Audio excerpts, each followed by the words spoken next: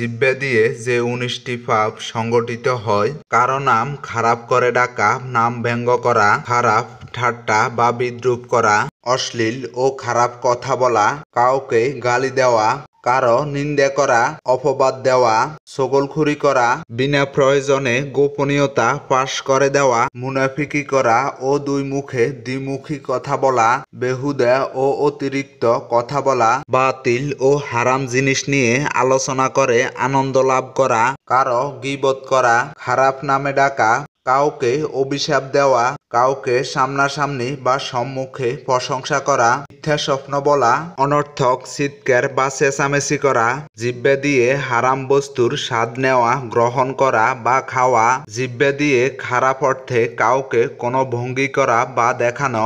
এই হাদিসটি আমাদের সব সময় মনে রাখা উচিত। রাসূলুল্লাহ সাল্লাল্লাহু আলাইহি সাল্লাম বলেছেন, যে ব্যক্তি দুই সোয়ালের মধ্যবর্তী অঙ্গ জিহ্বা এবং দুই অরুর মধ্যবর্তী অঙ্গ লজ্জাস্থানের হেফাজতের নিশ্চয়তা দিবে, আমি তার জন্য জান্নাতের নিশ্চয়তা দিব।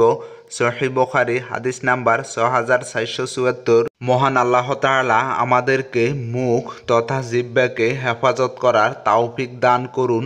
আমিন।